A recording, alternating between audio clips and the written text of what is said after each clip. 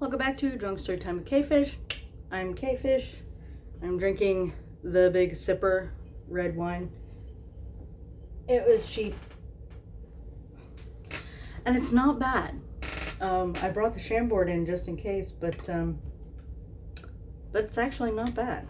So, we are continuing with Abandon Hope, All Ye Who Enter Here by Fyre.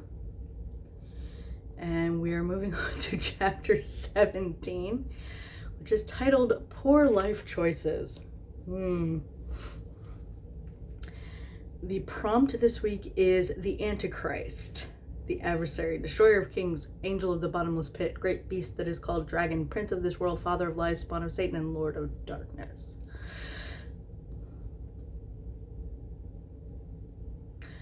Aziraphal pinched the bridge of his nose. You may need to run that by me again. I nicked him. The angel held up a hand. Yes, I got that much, but I need you to be specific.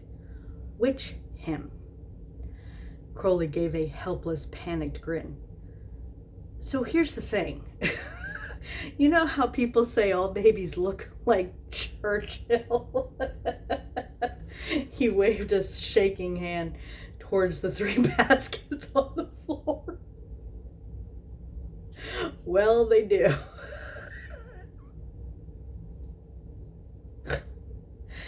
Aziraphal liked to think he was remarkably patient and tolerant, an angel of the Lord, gracious and merciful and forgiving. Most of the time. But certainly not when an armed police unit was camping outside with lots and lots of men in uniform shouting about hostage situations. You absolute imbecile. I didn't know they'd follow me. Oh no, I'm sure you didn't. You just steal 3 babies from a religious hospital, one of which appears to be some kind of American. Don't you know there are whole filmographies about what excitable Americans do when you take their offspring? It usually involves guns, Crowley. Lots and lots of guns.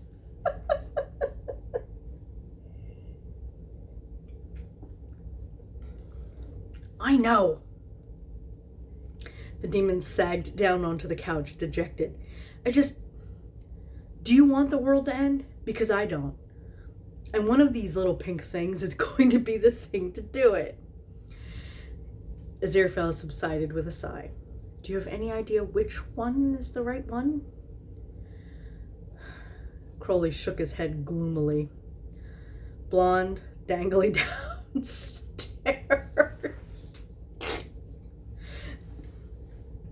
Pink face. Nuns were whizzing the cots back and forth all over the place. The angel went over the baskets, stooping to examine them. That one smells rather demonic. It's a baby angel, Crowley sighed. He's filled his nappy. Aziraphal chewed his lip thoughtfully. What if we put them back? What, all of them, including? Yes, including. We don't know which one is which. No one else will either. They can run one of those DMC tests to confirm which is which. Crowley snorted weakly. DNA, he corrected. And what happens when they do? And the babies are correctly distributed? Well, clearly human error. The angel replied. Nothing to do with you. I meant about the third one. Aziraphal glanced back at him. We can't leave him unsupervised. So we find some nice humans to raise him? Crowley's voice rose hysterically. Here you go, lovely new baby. Don't mind if his head spins around or if he projectile vomits across the room. Totally normal in newborns. It is. Aziraphal stared at him, then back at the babies. I suppose... Do you have much experience with babies? No, we are not adopting the Antichrist. And I suppose you have a better idea? Aziraphal retorted tartly. Quite aside from abducting every baby in a hospital, a single better idea than that? Several days later. I'm sure we'll be very happy with the little man, Mr. Fell said, beaming and pink-cheeked. My wife will be over the moon. Mother Superior grimaced, watching as the insipid middle-aged man carried the baby who had to be the Antichrist. Mother Superior grimaced, watching as the insipid middle-aged man carried the baby who had to be the Antichrist away to an imposing black Bentley. A red-haired woman was sitting in the driver's seat, looking about as happy as the Mother Superior felt. "What do we tell Lord Hester?" Sister Teresa muttered. Mother Superior gave her a carefully blank look. "About what?" The other nun winced. "Ah, yes, I doubt there would be any kind of reward for this kind of cock-up." "Quite." That's awesome. Pretty sure we all would have died. All right, chapter 18. Keeping abreast of fashion. Today's prompt, clothes and clothing mishaps. No. Aziraphal frowned as Crowley physically bundled him back out of the door of the very grand and elegant party. "What on earth are you doing?" he demanded, smacking Crowley on the arm with his fan. Oh no. The demon stared at him, or at least Aziraphal presumed that's what the slack-jawed expression meant, his eyeglasses almost absurdly large. "Angel, for the love of Satan, you cannot go into an audience with the new queen dressed in a frock like that." The angel frowned, bemused. "But they're all the rage." "Were," Crowley corrected vehemently. "You can't show up like..." He waved helplessly and expansively to the rather lovely and fine gown Aziraphal had chosen to wear. The linen was as light as air, and in the summer heat it seemed very fitting to... Wait! Crowley tilted his glasses down an inch, and his eyes went wide as saucers.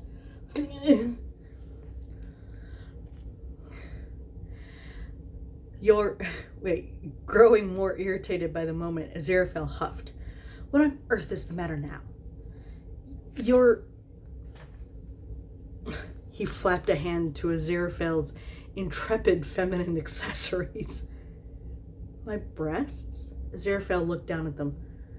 "What's wrong with them?" "You've got on them..." Another weak hand flap. "Well, of course," Aziraphal declared, outraged. "You didn't expect me to go out without rouging my nipples."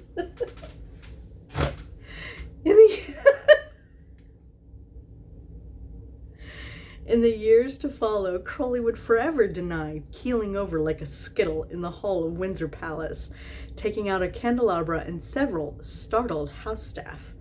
Of course, likewise, Aziraphal would forever deny showing up to meet the young new queen dressed like a contemporary harlot. Rouging my nipples. Is that a thing?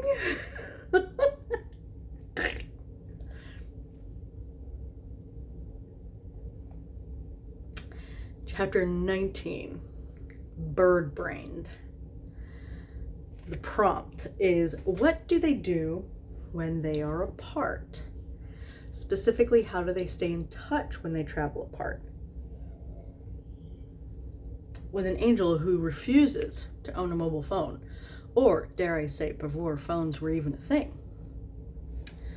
Did they come up with any means for communication or limit themselves to letters? Okay, here we go. Dear Crowley, I hope this message finds you well. I have been having a lovely time in Alexandria. Do you know they have rather marvelous drink? It's rather like bread in liquid form, and give one such a warm feeling of satisfaction. Sincerely, Aziraphal. How the hell did you get a pigeon to carry your letters? Liquid bread sounds rubbish. Dear Crowley, it's how they send all of their messages here. I simply told it to find you, and lo, it apparently did. Isn't it marvelous? Sincerely, Aziraphal. Pretty sure you just marigoled a bird. Can't just tell them to go to a person. Doesn't work like that. Dear Crowley, I certainly did no such thing. It was simply a very well-trained bird. Sincerely, Aziraphal. Bollocks. Dear Crowley, how dare you? I asked the birdmaster, and he says that the birds are all specifically trained to carry messages throughout the kingdom. Sincerely, Aziraphal. Bollocks. Dear Crowley, that isn't even a word, you stupid man. Sincerely, Aziraphal. Ball-lux. Dictionary definition, what you talk. Dear Crowley, I shan't write again. Sincerely, Aziraphal. Could just not bother writing, but no, had to miracle another pigeon to carry your bollocks. You bastard! Bloody hell, call him off! Angel, stop it! One was enough. I didn't need a whole buggering flock. Dear Crowley, I'm very sorry you seem to have a bird issue. Maybe birds in Europe are less well trained. Sincerely, Aziraphal. Angel! People think I'm an ill omen. They want to burn me at a big stick. Stop fanning about with the sodding pigeons. Dear Crowley.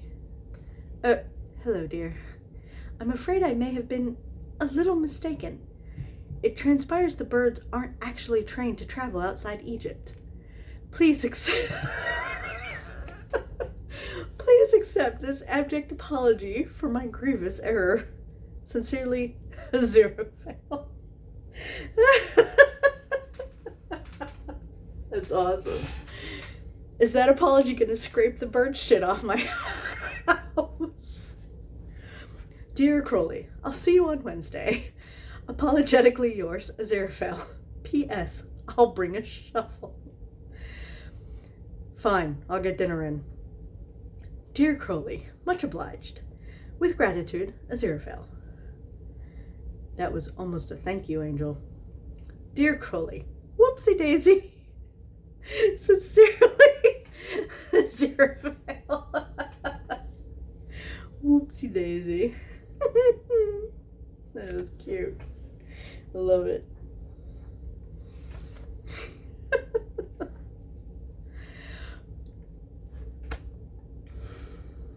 That was fun. They weren't actually supposed to go outside of Egypt.